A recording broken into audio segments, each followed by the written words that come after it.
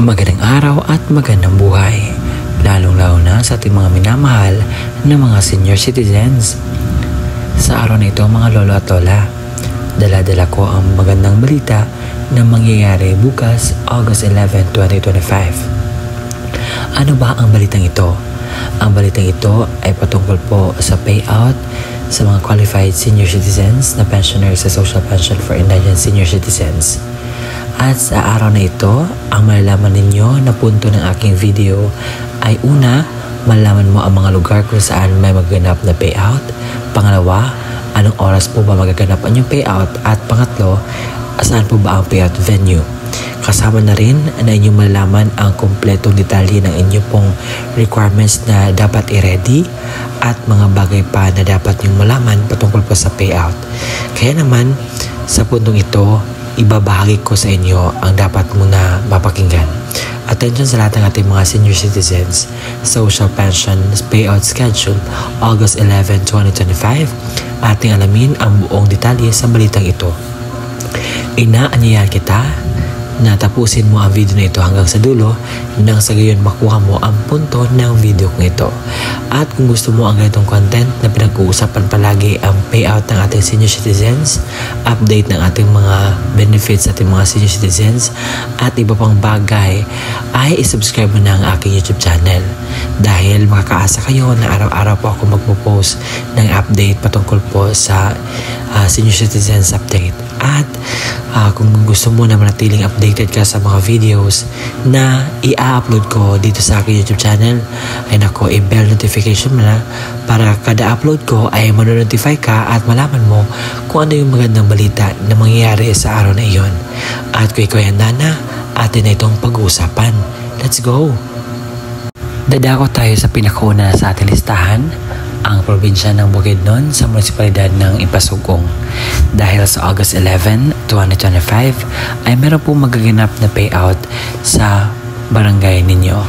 At ito po ang kumpletong detalye na dapat ninyo pong malaman. Alas 8 po na umaga ang payout po at pupunta kayo sa Barangay Kawayan Covered Court dahil doon po magaganap ang payout. Ang pangalawa sa ating listahan na may magaganap na payout ay ang makabagong barangay na Santo Niño sa Quezon City. Dahil sa August 11, 2025 ay ito po yung kumpletong detalye na magaganap po sa inyo pong payout bukas. Ating babasahin at linawin sa inyo. Sa senior citizens, DSWD Social Pension Payout, August 11, Monday, 8 a.m. hanggang 3 p.m. sa Amoranto Arena at sa Barangay Service naman, alas 9 ng umaga sa Barangay Hall po. Sa Barangay Bisigan, meron po magaganap na payout mula alas 9 ng umaga hanggang alas 11 ng umaga sa Bisigan Covered Court po magaganap.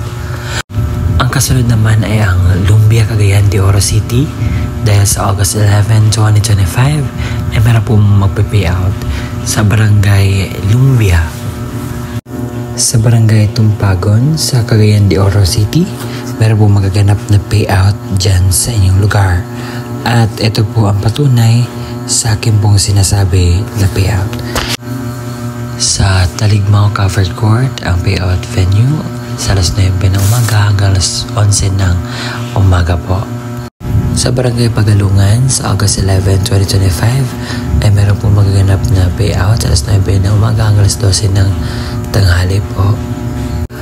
Sa Barangay Apolonio Samson sa District 6 meron po magaganap na payout sa August 11, 2025 at ito po yung kumpletong detalye na dapat nyo pong malaman.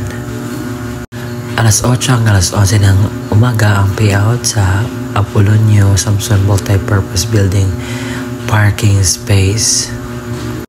Sa City of Cotabato, mayroon po magaganap na payout sa Social Pension for Indigent Senior Citizens na benepisaryo. Sabi dito, August 11, 2025, alas 9 ng umaga hanggang alas 2 ng tanghali sa Senior Citizens Building or OSCA.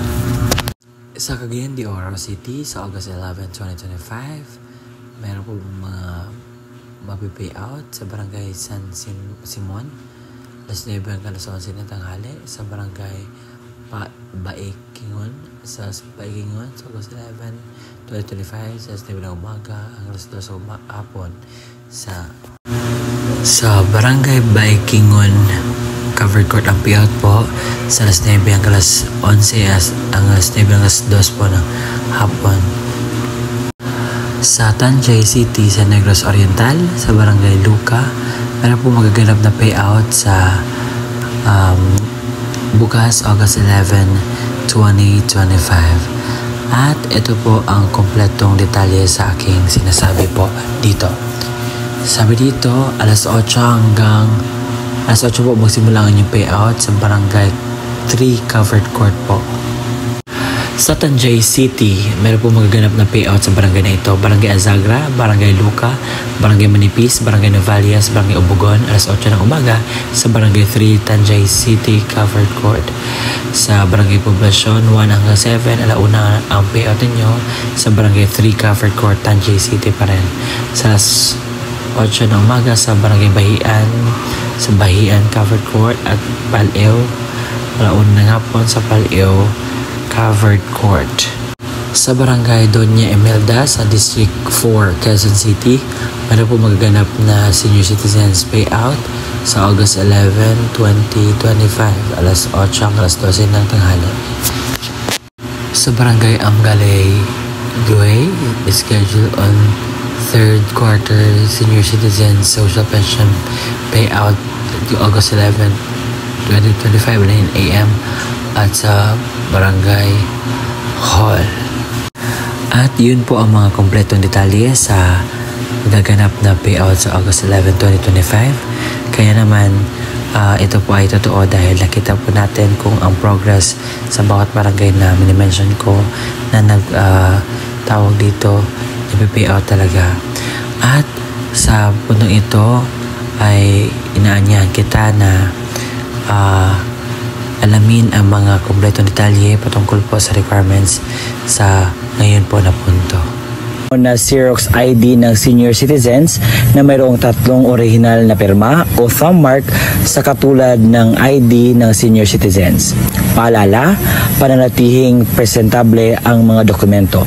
Ilagay sa plastic envelope ng iwasang magusot. Huwag bilutin ang mga papel at siguraduhin pareho ang pirma o thumb mark base sa ID ng senior citizens. Kung authorized representative ng senior citizen o benepisyaryo ang kukuha ng pensyon, isang malinaw na Xerox ID ng senior citizens na mayroong 3 original na pirma o thumb mark sa katulad ng sa ID ng senior citizens. Authorization letter na nagmula sa MSWDO, CSWDO, or OSCA na mayroong original na pirma ni na MSWDO, OSCA, senior citizens at authorized representative. Isang malinaw na Xerox ng government-issued ID, kagaya ng SSS, updated PhilHealth ID, updated Barangay ID, UMID, Voters ID, updated voter certification, updated police clearance, and authorized representative at lagyan ng 3 original na pirma o thumb mark katulad ng ipapakitang ID. Paalala, siguraduhin pareho ang lagda o thumb mark ng senior citizens, benepisyaryo at authorized representative base sa kopya ng government-issued ID na pinisinta. Kompletuhin ang mga hinihinging lagda, thumb marks sa authorization letter, iwasang magusot at huwag bilutin ang mga dokumento. Kung namatay na ang benepisyaryo, isang malinaw na Xerox ID ng pensioners. Warranty letter na nagmula sa MSWDO, CSWDO o OSCA na may pirma ni MSWDO. Xerox ng death certificate ng benepisyaryo na may mayroong serial number.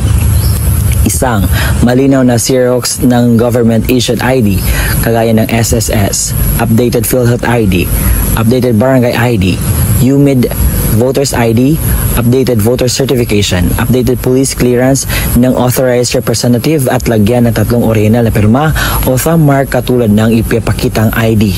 Palala, kompletuhin ang mga hinihinging lagda o thumb mark sa warranty letter, iwasan magusot at huwag bilutin ang mga dokumento. Kung wala ang death certificate, kailangan na certification mula sa MSWDO, CSWDO na nakasaad ng pagpapatunay na ang beneficiaryo ay patay na at kasalukuyang inasikaso ang death certificate. Ito yung mga pwedeng sundin na estratehiya. Ang pagbibigay ng pensyon sa mga beneficiaryo ay per barangay o clustering per barangay upang maiwasan ang pagkakaroon ng maraming pagsasama-samang mga tao. Gawing sunod-sunod ang pila hanay ng mga beneficiaryo base sa numero or payroll number na ibinigay upang maiwasan ang pagkakaroon ng pakiusapan, sangat at lalo higit ay mas mapadali ang daloy ng pagbibigay ng pensyon sa mga beneficiaryo. Pagdalahin ang mga beneficiaryo ng kanyang itim ballpen upang maiwasan ang paghihiram. Magtalaga ng isang staff na maaaring tumulong sa paymaster upang mapadali ang pagbibigay ng pensyon sa mga beneficiaryo. Lagyan ng numero ang Xerox copy ng ID upang mas mapadali ang paghahanap sa payroll. Mga paalala: maglaan ng malawak na space para sa pagdadausan ng payout at ng upuan para sa mga beneficiaryo ng programa. Maglagay ng madaming kopya ng certification of same person sa bawat lamesa na upuan ng mga paymaster at siguraduhin may lagda ito ng MSWDO at CSWDO. I-check ang mga lagda o perma sa mga dokumento kung orihinal o kompleto. Dagdag paalala, dahil laganap na po ang monkeypox dito sa ating lugar, sa ating bansa, ito po yung dapat nating gawin at bilang advice ko na rin sa inyo. Una, kinakailangan po magsuot tayo ng face mask. At pangalawa, kinakailangan pong mag-social distancing. Pangatlo, kinakailangan po magdala tayo ng sariling alcohol natin na sa gayon ay manatiling safety po. Dahil alam natin na ang mga senior citizens ay medyo kinakailangan ng pag-care at yun po yung mga suggestion ko. At sa pag-payout naman, kinakailangan na mahinahon po. Sumunod naman po sa alituntunin ng payout na sa gayon ay wala po tayong problema, aberya o ano man pong pwede mangyari. At pumunta lang po kayo sa araw mismo ng inyo pong payout. Huwag po kayo mag-advance na pumunta doon. Dahil po, kung sino yung nakaschedule talaga, yun naman po ang makakuha ng kanilang payout. At kinakailangan kompleto din ang requirements sa pagpunta doon. At kung kinakailangan ninyo ng tawag dito kasama or assistant, so pwede niyo po magdala. At yun po ang vlog natin for today na sana'y nakuha na niyo po ng aral. Maraming salamat sa panonood. Bye bye and see you again next time. Muli, ako po si Ruel Mendoza Tanyo.